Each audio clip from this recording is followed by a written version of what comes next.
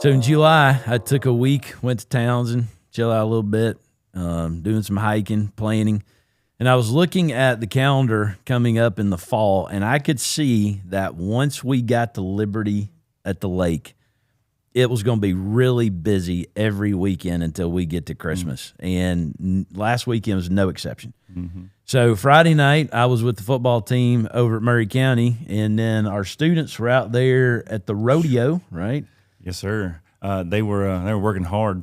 Earning some money for beach camp, winter retreat, things like that. I think we prayed the rain away so well on Friday. It normally rains on Friday, but it didn't. And it was probably busier on Friday night than the whole last weekend all year. So they worked hard, and they earned that money this time around. So it was good. It rained on Saturday, but it was early, and so they still made well on Saturday. So Looked like y'all had some good food. it was good food, yeah. And but man, I don't know if I've recovered just yet. When I was younger, I feel like I could stay up a lot later and do a lot more physical labor and not feel it. Not so much anymore. So. Hey, man, I'm going to tell you, of all the youth fundraisers I've ever heard of, man, so like back in the day, we had Rockathon, which meant you sat in a rocking chair all night, and you remember that. You got Okay. people to sponsor you by how many? It was 10 hours. So you got people to sponsor you by the hour of how long you can stay in a rocking chair. Man, Write that down. Don't do that. My question is were they padded?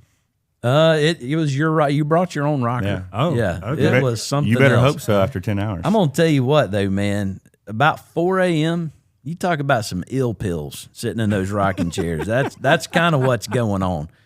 So hey, Rockathon, you've got all kinds of yard work fundraisers, all this kind of stuff. I think the most unique youth fundraiser I've ever heard of is concession stand at the rodeo. That's pretty awesome, and it raises a lot of money. I like that. And until the Flamingo fundraiser comes back around next season. So hey, we try to do it good here. We try to let it be interesting. Not everybody wants to make spaghetti and have spaghetti dinner or rock in a rocking chair for 12 hours, but they might go, vandalize somebody's yard in Jesus' name, or sell some hamburgers at the rodeo. So I wish I could go to the rodeo. The last time I went to a rodeo was in high school, and I sneezed in the porta potty for like 2 hours because I'm just that allergic to horses. sad day. So There's the Austin fun fact for the podcast. that was the last time. I mean, I don't know if I didn't take my Zyrtec that day or what, but it was just like that's my last rodeo memory. And then when I was a kid, I don't have a good track record with rodeos.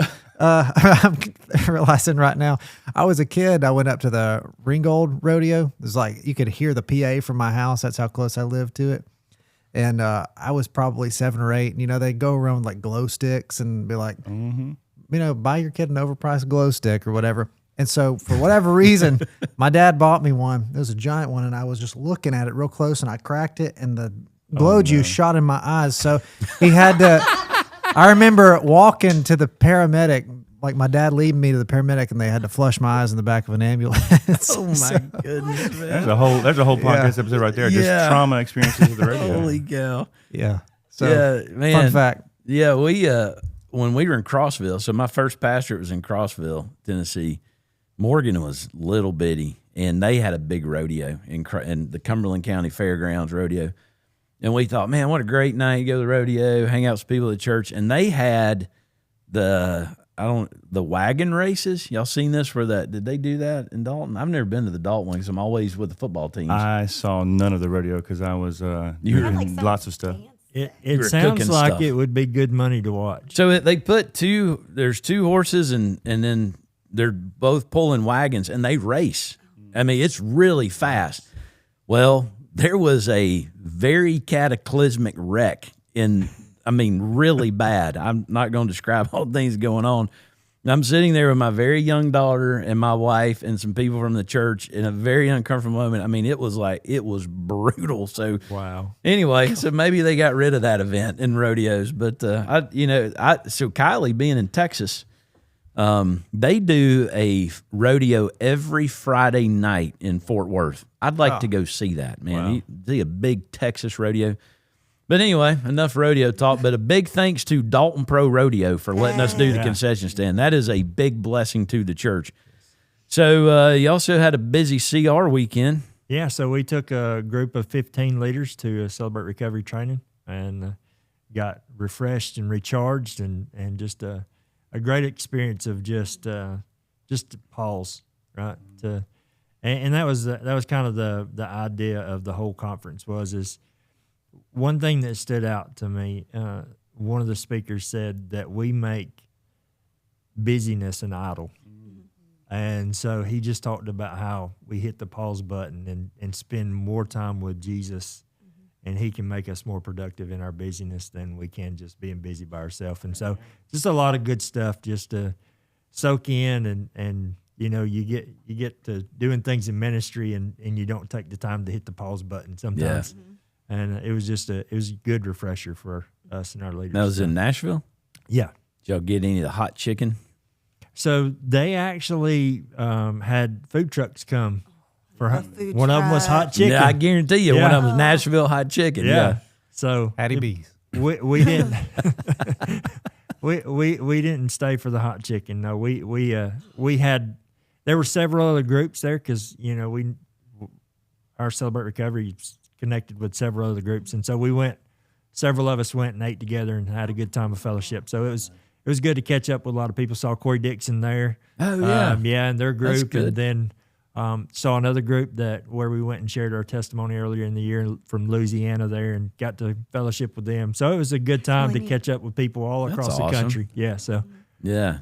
You talk about Hattie B's and the hot chicken. So I've only actually had the hot chicken one time. And it was one of those circumstances, like when I go somewhere and I order food, I want what you make the best, and I want it just like you make it. Right. And everybody else that I was with, like, got whatever makes the hot chicken hot, very toned down. Hot sauce. And I was like, I want it just like you make it. I regretted it. Man, See, it's a both and for me. I mean, I know the regret's coming, but like, the mild is not even the same thing. And so so then the last time I did go to Hattie B's a couple of months ago when I was in Birmingham, and I got it toned down. Yeah. I felt like I was crying. You just got to do the medium. The medium, you get the flavor, but you're not the misery. That's what I got last time was medium. And I tell the guys, man, last time I got this, it was painful. He's like, get the medium. So yeah. It doesn't have the same ring to it. Nashville medium chicken. It's still hot. It's just medium hot. Hey, I can tell you this, man. Living in Tennessee in the late 90s, there was no hot chicken in Nashville. I don't know who came up with this, but that has not been a thing forever. So anyway, it's a big deal now. So yeah, so y'all had that. And then, man, what else happened? We had prayer meeting, fellowship meal. Yeah. Had a little choir practice in the afternoon. Yep, a little choir practice in the afternoon. And ironically, speaking of hot chicken, the theme was Chicken Palooza, so it was really good chicken. Yeah. There was a bunch of chicken. So, but yeah, just really, really busy weekend of stuff going on at Liberty, and man, there's a whole lot more coming up. So hang on. So let's celebrate some good things happening and some people. One is let's do some birthdays. Savannah Miller, September the 10th. Eli Culpepper, also September the 10th. September the 11th is Allison Cochran and Kyle Falvey. And then, there you go. Stephen Forrest on September the 14th and Don Barr on September the 15th. No anniversaries this time around. But we do have some weddings to talk about coming up. And one is Olivia Whaley and Chase West. They're getting married in November, but they are having a drop-in wedding shower on September the 20th from 10 until noon. They are registered on theknot.com. I don't know what that is. KNOT. Yeah, can somebody explain that to me? It's a website where you can just put all of the different, like if you want to shop at Target or Macy's or Nordstrom's or whatever, it's all on one website. So then you just click and you order it from them, but you only pay through the one site. So instead of going to all the different sites. Well, there you go. Super easy. So I got you now. Tie the knot. That makes sense. I was thinking, knot? Right. Right. Tie the knot. But they're also registered at Amazon and Walmart. So then we also, congratulations to Dylan Center and Kaylee Smith, who had their shower last weekend. And I was supposed to have that on the podcast and failed, but hope everybody that wanted to be there got there. It was beautiful. But they closed on their first home back in August, so they're getting ready for that. I remember when we first got married, I lived in a duplex by myself, and I was pastoring in Crossville. I moved in there in October. Shannon, we got married the next February. I'll never forget the weekend that she pretty much said, "You leave all weekend. Me and my mom are coming in, and we're going to decorate the place." And I came back, and it was really transformed. It was very, very different. So Dylan's probably going to have that experience of, hey, this house is about to get the makeover. But they're getting ready to be married. I think theirs is, October 19th. There you go. So let's do some sports, some Liberty sports. Sad note, no. ESPN thing. Nate Kelly, this is a sad note, broke his collarbone. I guess in practice. A junior. Oh man. So Nate Kelly Jr. Yeah, Man, served Nate right for being on the football team. Nate Kelly Sr. was running over the 12-year-olds, and then he slipped. No, it was Nate Jr. Yeah, he was actually tackling in the game about 5 minutes into the game. Broke his collarbone. Yeah, saw him last night at the hospital. He was more bummed about missing playing football than he was breaking his collarbone. He's tough. He's so good. Out for the season, man. Sorry, Nate, but he would. Hey, next year you'd be even bigger and stronger and ready, right? Yeah. So we had our first week of Liberty Fantasy Football. League A winners were Nathan Pendergrass, Sherlock Mahomes, Will Korn, There you go. who has yet to change his team name. He needs to. He hasn't changed it though, I can't change it. So we'll just call him the Lord's will. He had the close game of the week. He won by 1.1 points over Bo Barrett. So I'm praying for Bo today. That's tough when that happens. Hunter Shady, Slim Pickens was a winner. How about them Garners? Kevin Garner was a winner, and Joel's Jukers. You got a happy household over there at Corns. So that was Liberty League A.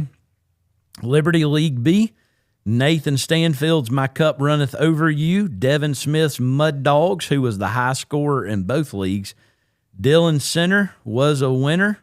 Josh Hall's Father Forgive My Draft was a winner.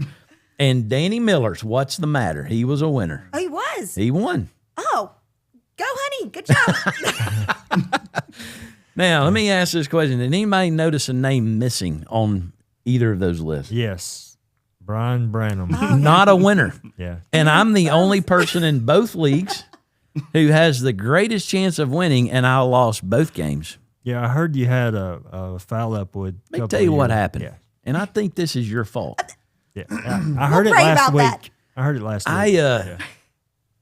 This may be our mental illness segment, but there's a go. part. And it's my fault. There's a part of me that really believes that my life affects the outcome of a fictitious fantasy football team. But weird things happen when you're on my team. I had players hurt all over the place last year. I guarantee you there were players, if they heard I drafted them, they were just, oh no, not him. So here's what happened. Okay. So in one of the leagues, I lost to Nathan Stanfield by 8 points. And one of the reasons I lost by 8 points, I think you called them the real name is the Kansas City Chiefs. Mm-hmm. Yeah. You referred to them as, do you remember this? Well, it's Taylor Swift's boyfriend's team. There you go. Taylor Swift's Yes. boyfriend's team. This great historic NFL franchise is nothing but Taylor Swift's boyfriend's team. So We have a new prayer request. We Fiance. can pray for Danny and Mav. yeah. Well, now it's Taylor Swift's fiance's team. Just we moved pop up, culture. so- Yeah, so let me tell you what happened. So Friday night they played, and apparently early on in the game, I was at the high school game, so I missed this, but I have two players on Taylor Swift's boyfriend's team Thank you. who ran into each other. That sounds like a personal problem. One of them being Taylor Swift's boyfriend. So I have this wide receiver who's supposed to score a lot of points. He hits him, and I think he just obliterated his shoulder and was out for the game. So I scored 0 points and lost by 8. So, yeah. And I think it's your fault. As one does. But how do you run into each other? Like, how does that even happen? Isn't that the opposite of what's supposed to happen? I didn't see it, but apparently if you run the wrong way on the wrong play, you could get really crossed up and people can collide and all kinds of bad things can happen. I'm going to start a Celebrate Recovery small group for Fantasy Football League. Yeah, I need it. I will join. All right, so that's the Fantasy Football League is up and running. Bowling. Last night, our bowling teams got off to a start by playing each other.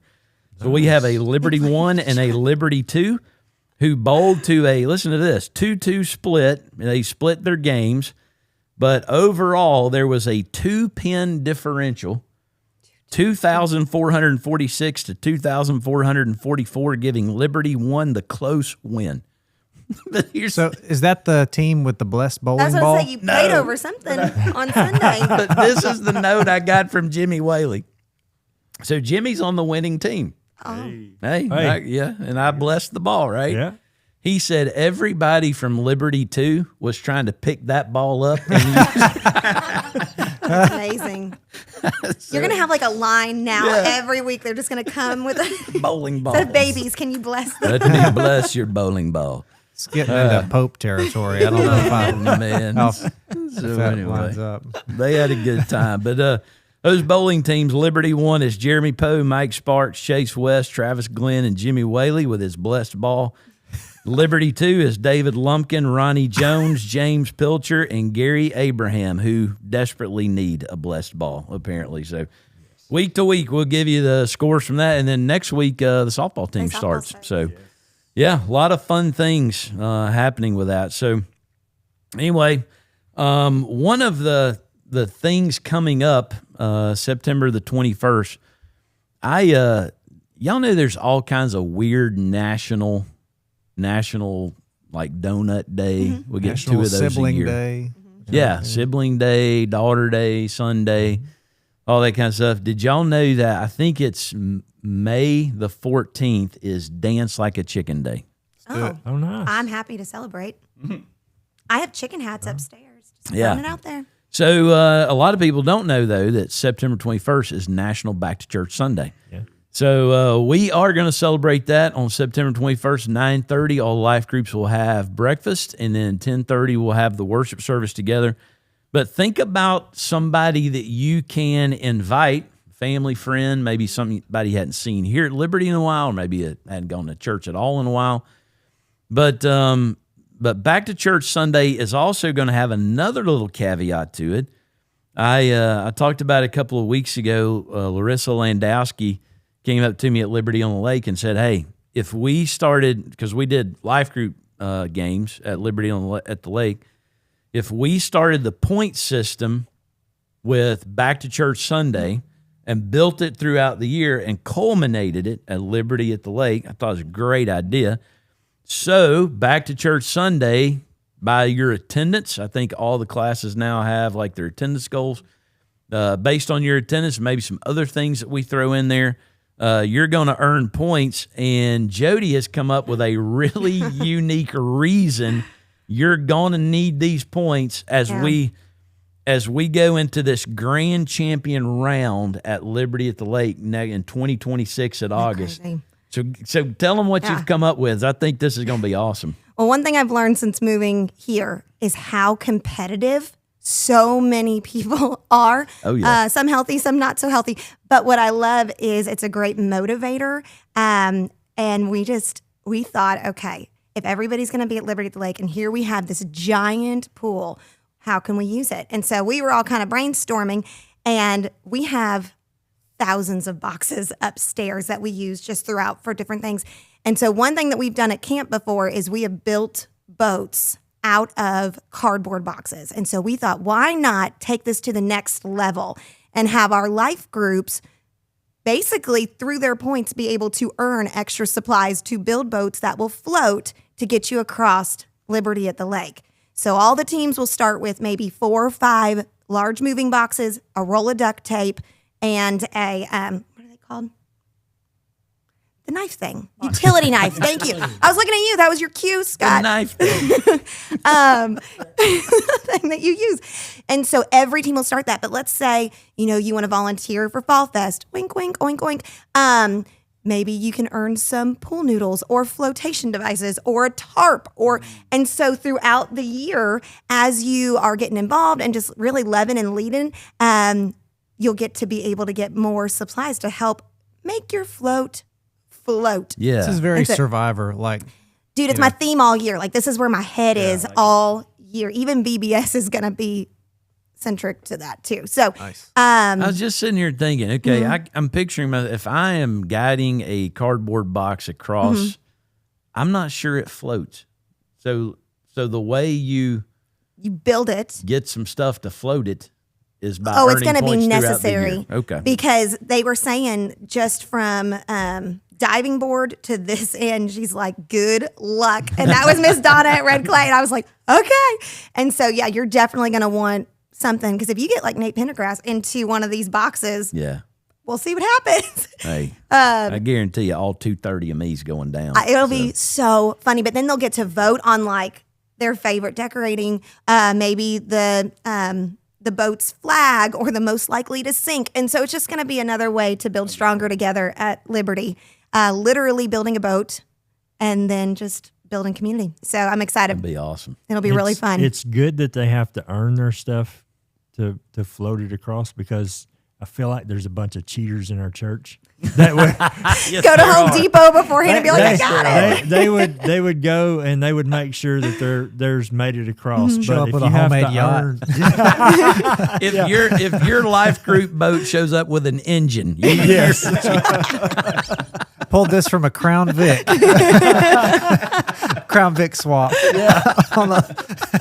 I can imagine there'd be some little trolling motors back there. You know, we got some. funny. You're right. We got some competitive You people. do? Yeah. So I think it's going to be really fun. And it might seem like Liberty Lake is really far away, but every time Melissa adds a different piece to our calendar, I'm like, we're already planning for January. February's already up on the board. And so it's going to be here before you know it. But there's so many ways, and they do such a good job. Our church is really good at loving each of the different ministries.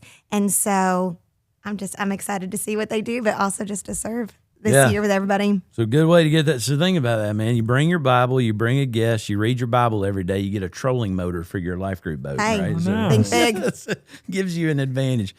But hey, I would like to encourage people, use the Liberty app as a tool to invite your friends. I met a family here on Sunday, and I always ask the question, how did you hear about us? And their answer was, we found you online through ChatGPT, first of all.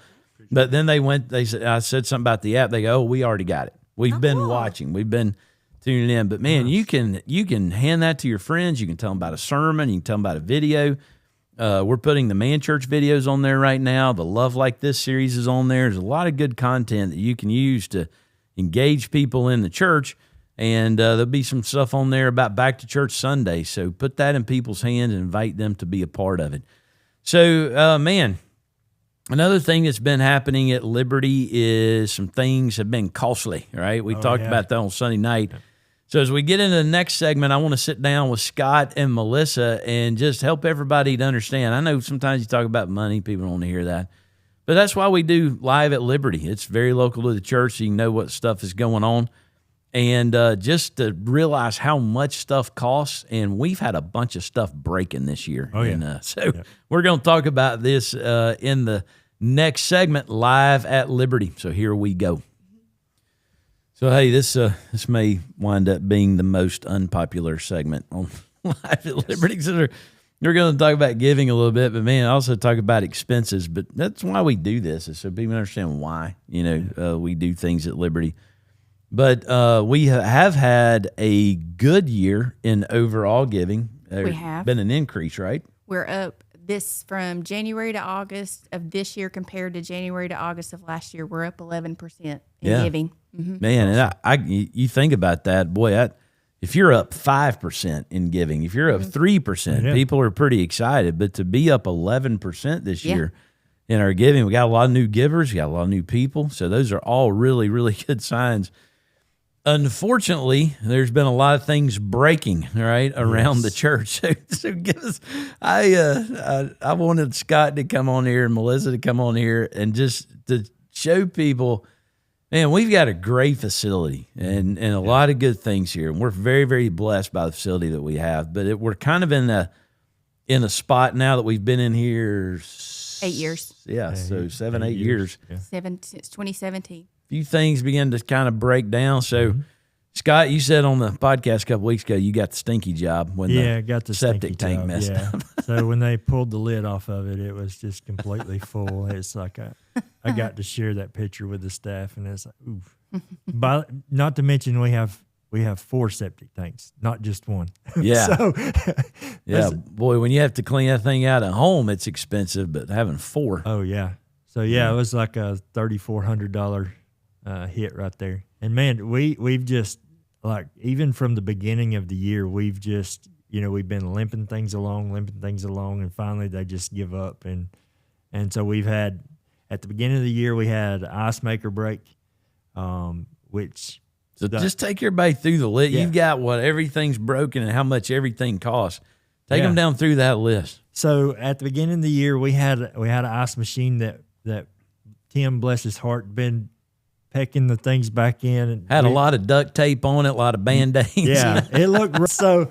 The ice machine was $3,850, and then we had one of the refrigerators quit. Yeah, it was $5,400. The septic was $3,400. We have a AC outside that is tore up. That's $14,000. The water leak that was out front, haven't got the bill for that yet, so I don't know how much that cost. Ooh. And then, so they came and did an inspection on the smoke detectors here just the other day, and they want to charge us $5,400 to replace those. And then the vans needed new tires, where they've All been 3. on it since it was bought, and so the tires are out of date. So that's $3,000, and so it just seems like just one thing after another, and That's not just the little, big things. not little things. Yeah. Those are big things. Not to mention the little things that you fix around the church that add up too. I mean, there's a lot that goes on around here that nobody sees. And Yeah. Yes. So even though, when you do a thing, it's called the cash flow report to kind of help everybody understand, even though our giving has been up 11%, there's been a lot of unexpected expenses. Yeah. Yes. So kind of cash flow wise, where does that, and the other part is coming out of the summer. Yes. The summer is our most expensive season, and it's usually the least amount of giving. So Yes. cash flow wise, So- what happens? Cash flow, we're the end of August, we're actually negative cash flow, which I kind of explained it at the conference because it's like a water reservoir. When more water is coming out than what's going in, which our expenses would be what's going out, and the tithing is what's going in, that's what puts us at a negative. We're spending more than we're taking in, which means we may have to dip into our reserves in those cases. The summer is tough because people are vacationing, people are out.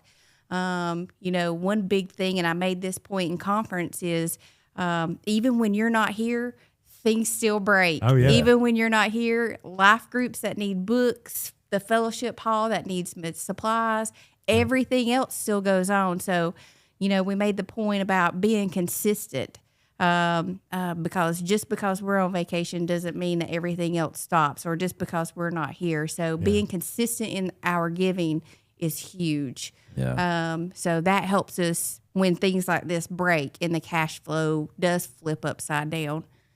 So, but yes, summertime, because you've got beach camp, VBS, you've got the things going on for the kids in the summer, like the theme nights, the end of summer stuff.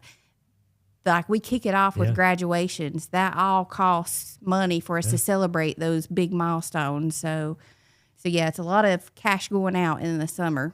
And I'll say this, just from I've been doing this for a long time. You do a great job with it, but having a negative cash flow at the end of the summer, it usually always happens. Yes. It's just kind of always like that. It's But historically the trend. yeah, but we wouldn't if people would just stay consistent in Right. giving. That would never happen. I'd show you just kind of the inconsistency in some things. So in August, we exceeded our monthly budget by $14,000, which was awesome. The problem is we missed it in July by $21,000. That's when everybody's gone, right? That's Yes. the difference it makes.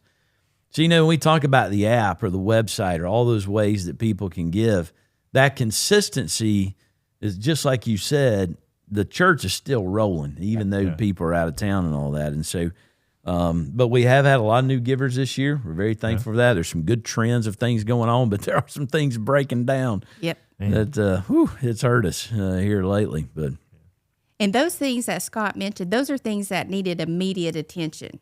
Yeah, it was. So we had to take care of those things. So there's some things that we have made the choice of, well, this can limp along a little bit longer, but those were things that we needed immediate attention to. So so we've got 2 chillers out there. Yeah. And each of those, just kind of give people a perspective, each of those basically have 4 air conditioners like what's at your home inside of them. So there's 8 air conditioners and 2 chillers. One of them is completely off, right?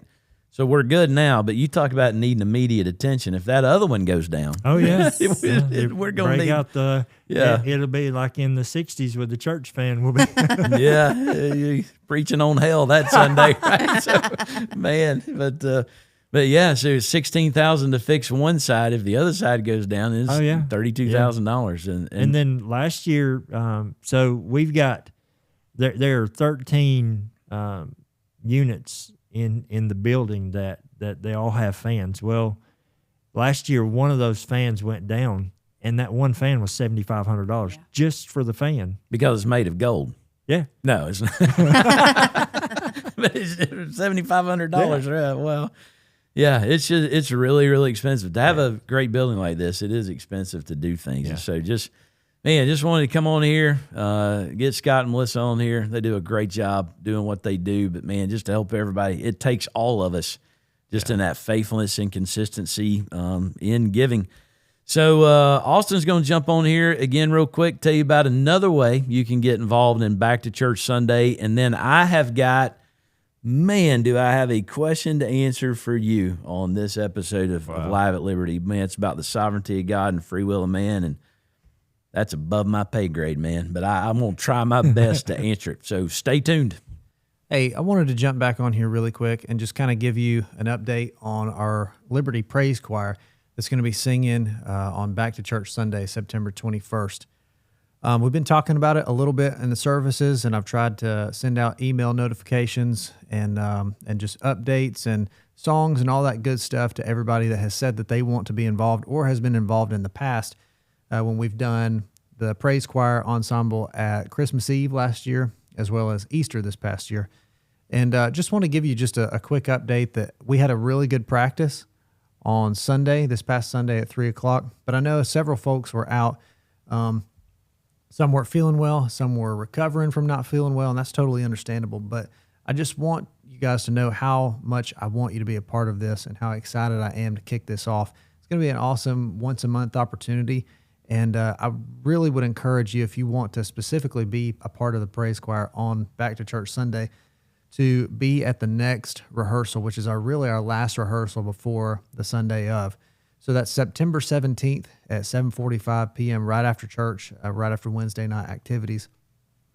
And then we will run through the music again the morning of on September 21st, and that'll be at 7:30 a.m. So I'd love for you to be a part of it.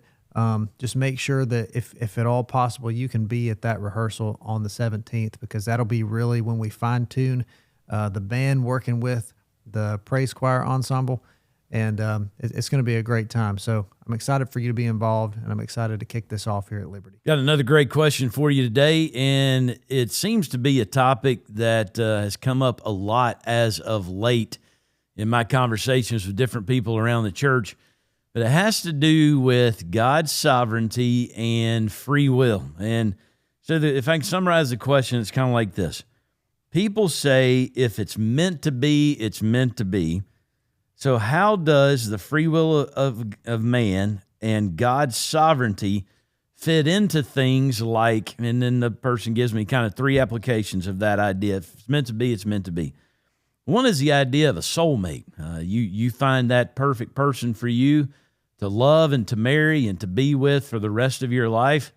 And the other side of that question would be like, what if you don't find your soulmate? But It's the idea that there is that one perfect meant to be person for everybody. The second one would be people's time to die. The Bible says in 3 different places that people's days are numbered. So, like, what if somebody commits suicide? What if there's an accident? How does that all fit into? Did God know that? Did God determine that? Did God cause that? So, good questions there. And then this one would be more applied to like people's just bad choices sometimes, but how we respond to that. And it was couched in the context of adoption. So and we know that there's a lot of different circumstances that bring about adoption.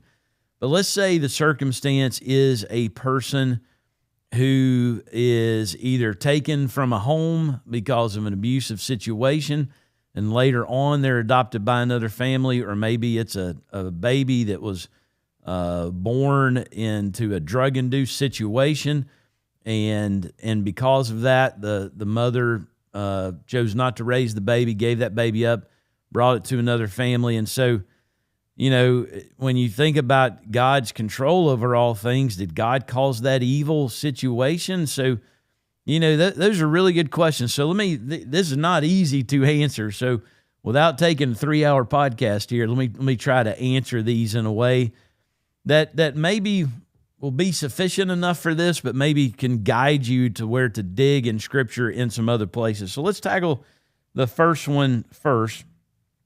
And I'll kind of bring this all in kind of at the end in a way that hopefully will help. But first one, let's talk about the idea of a soulmate. Well, one, the idea of a soulmate is not in the Bible at all. And I have said this a lot, especially in marriage counseling, because I think the idea of soulmate is a cultural thing, and I think gives people an idea, man, if I did not find that one perfect person and I'm not really happy in the marriage that I'm in, maybe I can leave this marriage and maybe this other person that I'm infatuated with, or this other person I'm really attracted to, is my soulmate. And so I've seen where people can validate their decision to leave a person, separate, and divorce based on this misguided idea of soulmate. You think about some of the marriages that were in the Bible that were sort of arranged, and we see kind of God's work in those, especially in the book of Genesis. But you also think of the idea of Ephesians chapter 5, where it talks about that wife who submits to her husband, the husband that's sacrificial for his wife. She respects her husband. He loves his wife. It's the mutual submission of one to another. And instead of finding your soulmate, what the Bible would teach is that we become one another's soulmate. You be that soulmate by working on you and the things that are in your life, and becoming that Christ in the church model that we are called in Christian marriage to exemplify. And then let's kind of go to this second one, and that is people's time to die. The Bible does teach that God knows our days. He numbers our days. And so a person would say, hey, you're not going to live any longer than you were supposed to. I heard Tony Evans say one time in a sermon, and I thought it was so funny, but it was kind of illustrating the point that God is ultimately in control.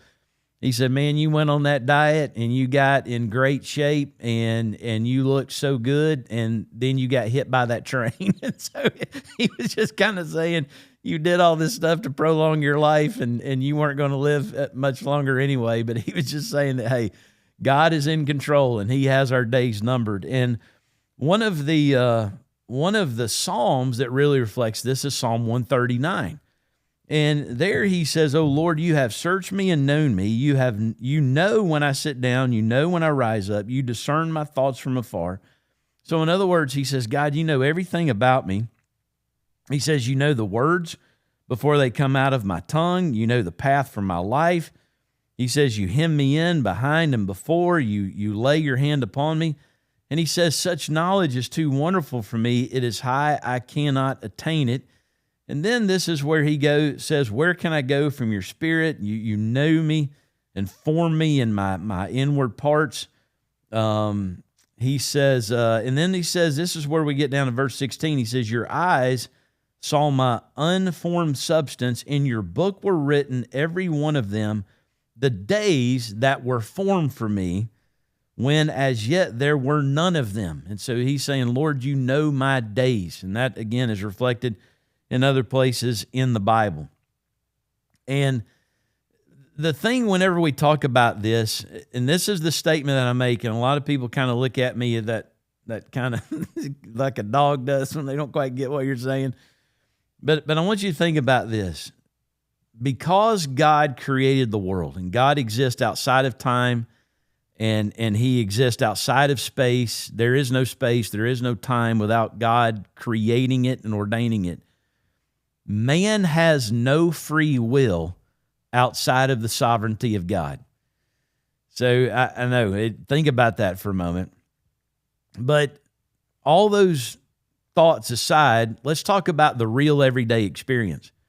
The real everyday experience that I have is that my choices matter. I can choose to pick up this really heavy table, and the consequence would be it'd probably do something really bad to my back, right? So I really do have very real choices and very real consequences to those decisions. I also have very real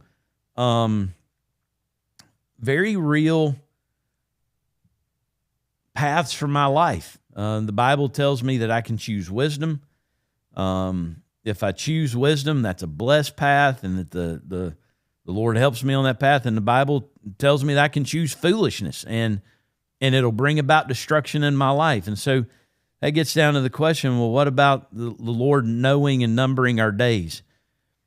I believe every person's days are numbered, but I also believe that a person can, in a very real experience of a very real world, shorten their life due to poor choices.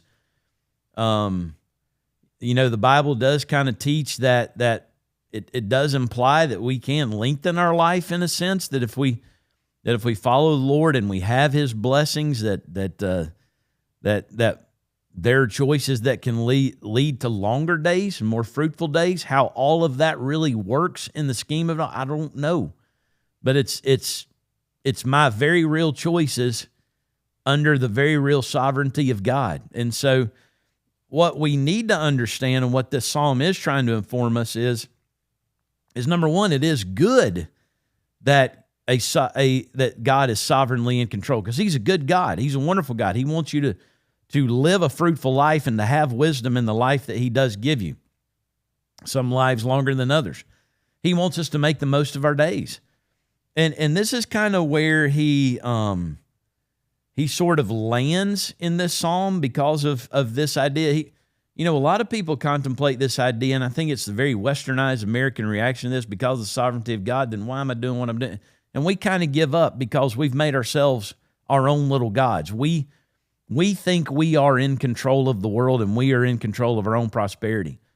Other cultures don't see it like this. And you see this reflected in the Bible, because in verse 17, he thinks about the sovereignty of God and His knowledge of Him and the numbering of His days, and he doesn't just throw his hands up in some fatalistic response. He says, how precious are your thoughts, O God? How vast is the sum of them? If I would count them, they are more than sand. I awake and I am still with you. He takes comfort in the sovereignty of God. And then he says in verse 23, search me, O God, and know my heart. Try me and know my thoughts. See if there be any grievous way in me, and lead me in the way everlasting. So he takes the idea, hey, because my days are numbered and God knows who I am, the greatest way that I can make the most out of my days is to search and seek a relationship with a sovereign God, to know Him in a very real way, so that He can give me that wisdom and He can get grievous, sinful ways out of me, so that I can make the most of my days. And then the last part of this was the idea of, like, you have a situation where a child is giving up an adoption, maybe due to evil choices or whatever. And hey, we know there's some wonderful stories where that child is adopted. Their life becomes very different, very fruitful, especially if they get adopted by a Christian parent who loves the Lord and raised that child in the fear and admonition of the Lord, and to know the gospel and to be saved. That is That's a real game changer in a person's life in a world of very real choices and consequences. At the same time, you can look at a situation like that and go, man, look at how God worked in that situation. But you look at other situations and you don't see it working out so well, and you go, well, what's God doing in that? Is he ordaining that evil? I don't really have a satisfactory answer for all those things because the Bible doesn't tell us exactly how to reconcile those things in our minds. But I think one thing the Bible does make very clear, evil is not God's will. It is not God's way. God does not cause evil. God does not tempt a person to sin. God does not lead a person to make evil choices. But one of the great themes of the Bible is that because we do live in a world of good and evil, and we have chosen to introduce evil into the world, God uses evil. Let me say it like this. Evil does not stop God's purposes for redeeming the world, and God uses evil to bring about his good plan. I think this question would relate in a very real-time example in the life of Joseph. Think about Joseph. He's despised and abused by his brothers. He is put in a pit. He is sold into slavery. And you talk about an early example of human trafficking. You talk about an early example of abuse. You talk about dysfunction in a family. Boy, it's all over Joseph's family in the book of Genesis. And then we kind of know what happens. He chooses, despite all odds, to follow the Lord with his life. The Lord exalts him, raises him up to a position in Egypt where he literally makes some decisions that when his brothers come in a time of famine, Joseph doesn't condemn them, but he saves them and redeems his brothers in that moment and shows the love of God instead of evil. And it kind of comes down to the end, and he says it in just such a perfect way. This is Genesis chapter 50, and this is after their father had died. Genesis 50:15 says, when Joseph's brothers saw that their father was dead, they said, it may be that Joseph will hate us and pay us back for all the evil that we did to him. There's a very real free will kind of a choice right there. So they sent a message to Joseph saying, your father gave us this command before he died. Say to Joseph, please forgive the transgression of the brothers and their sin because they did evil to you. That's a lie. So they're still lying and trying to cover for themselves. And now, please forgive the transgression of the servants of the God of your father. And Joseph wept as they spoke to him. His brothers also came and fell down before him and said, behold, we are your servants. But Joseph said to them, do not fear, for am I in the place of God? As for you, here's the statement, you meant evil against me, but God meant it for good to bring about that many people should be kept alive as they are today. Boy, that's that strange dance of very real human choices, and a lot of times that are evil, but a very good sovereign God. And it's just hard to explain how all that works. And so this is sort of how I would land on this. You may be satisfied with what I've said, you may not be, but it's kind of where I am in it.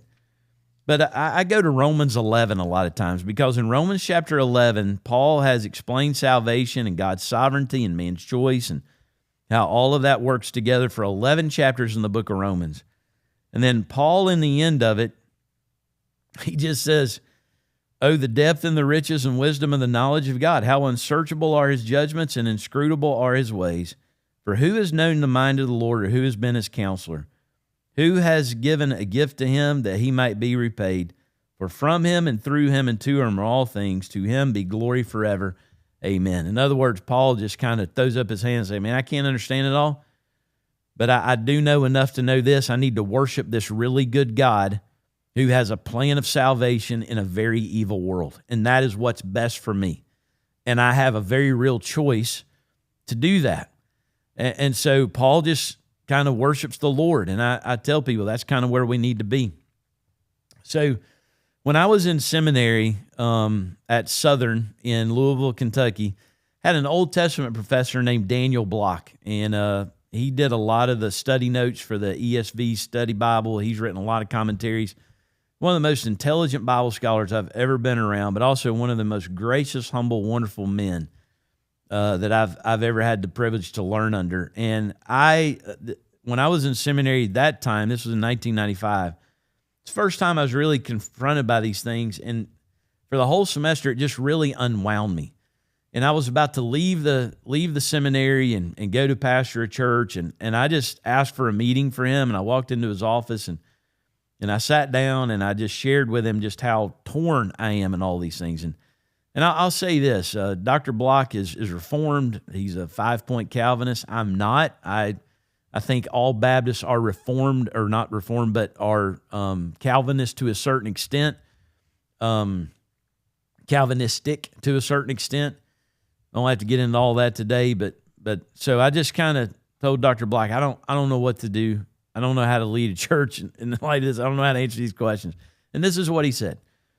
He said, just preach the Bible and preach what's right there in front of you. Because he said, in the Bible, you'll see both the free will of man and the sovereignty of God. And he said they're both very real.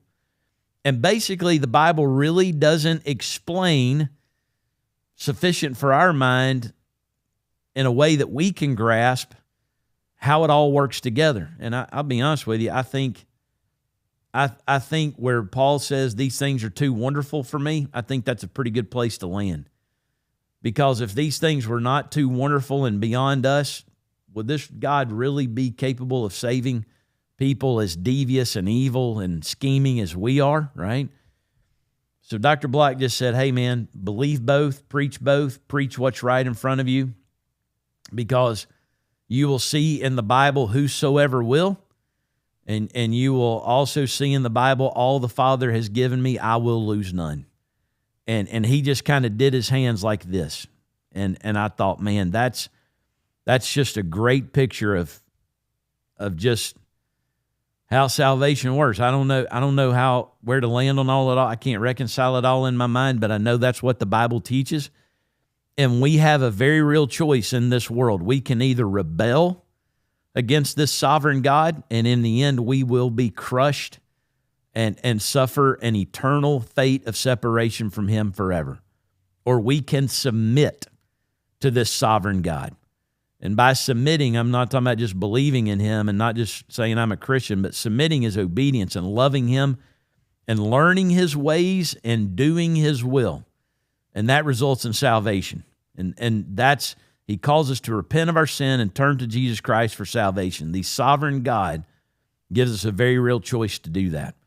And so that's the choice we need to make if we want to be eternally saved. So, man, I don't know if I should still take questions anymore because these are hard, but I do appreciate them, and I hope that you have learned from them. If you have more questions, please send them in on our website.